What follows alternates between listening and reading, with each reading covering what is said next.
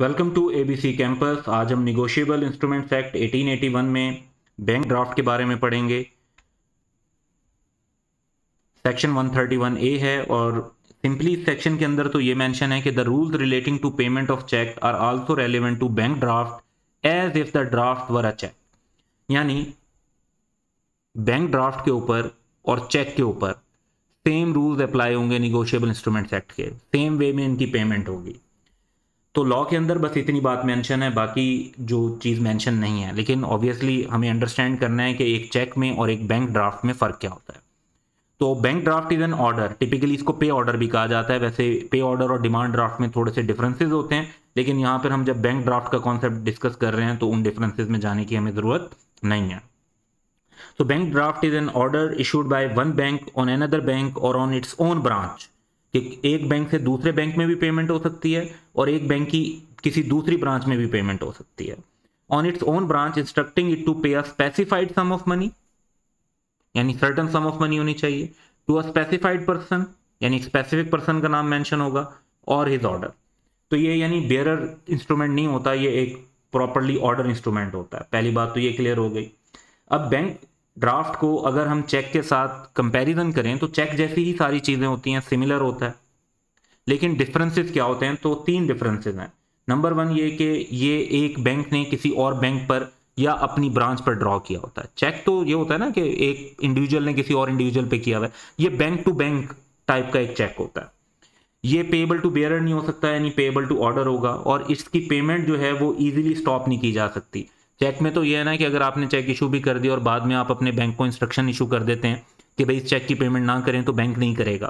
Bank draft में ऐसा नहीं हो सकता। उसके लिए जो प्रोसीजर्स हैं वो काफ़ी लंबे हैं। तो एक किस्म से जब कोई आप किसी से चेक की पेमेंट लेते हैं तो उसमें प्रॉब्लम ज़्यादा आने के चांसेस होते हैं कि चेक डिसऑनर हो जाए, जबकि बैंक ड्राफ्ट जो होता है इसके डिसऑनर होने के चांसेस नहीं होते, क्योंकि ऑलरेडी जो पैसे हैं वो बैंक में मौजूद होते हैं और उन पैसों को अलग कर लिया जाता है जब एक बैंक ड्राफ्ट इशू किया जाता है।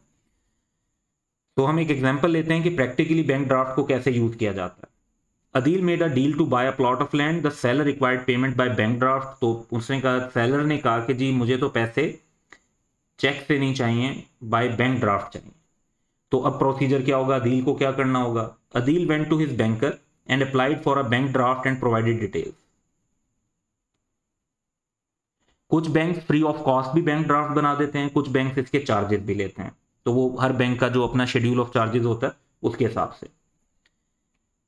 The banker transferred the relevant amount from Adeel account and transferred it to bank name. अब यानी वो जो पैसे हैं वो अदील के अकाउंट से बैंक के नाम पे ट्रांसफर हो गए और एक बैंक ड्राफ्ट उन्होंने दे दिया अदील को, जो कि उस पर नाम किसका लिखा हुआ था? सेलर। जो स्पेसिफाइड पर्सन होता है वो seller. And particulars of Adeel were also mentioned on it. भाई अदील की तरफ से ये बैंक ड्राफ्ट बना, ये भी उस पर मेंशन था। अब अदील ने जब जाहिर बात है प्लॉट ऑफ लैंड लिया तो एज अ कंसिडरेशन उसने ये बैंक ड्राफ्ट सेलर को दे दिया और उससे जो प्लॉट के कागजात वगैरह ले लिए होंगे या जो ट्रांसफर रजिस्ट्री है वो करवा ली। अब सेलर क्या करेगा? Seller will deposit the bank draft in his account and his account will be credited with the amount. तो ये प्रोसेस तो बिल्कुल चेक जैसा है।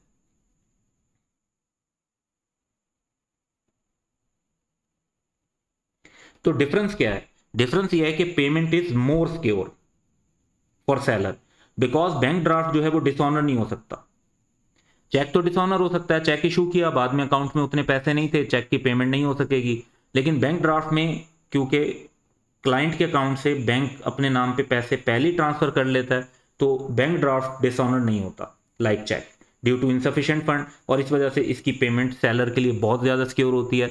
ज़्यादातर जो गाड़ियाँ और जो प्लॉट ऑफ लैंड और इस तरह की जो पेमेंट्स जब प्रॉपर बैंकिंग चैनल के थ्रू की जा रही होती हैं तो मोस्टली उनको बैंक ड्राफ्ट के थ्रू किया जाता है, क्योंकि ये ज़्यादा सिक्योर समझा जाता है एज़ कम्पेयर टू चेक और other bank transfer.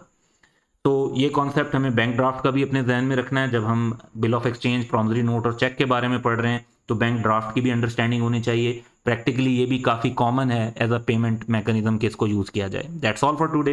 Have a good day.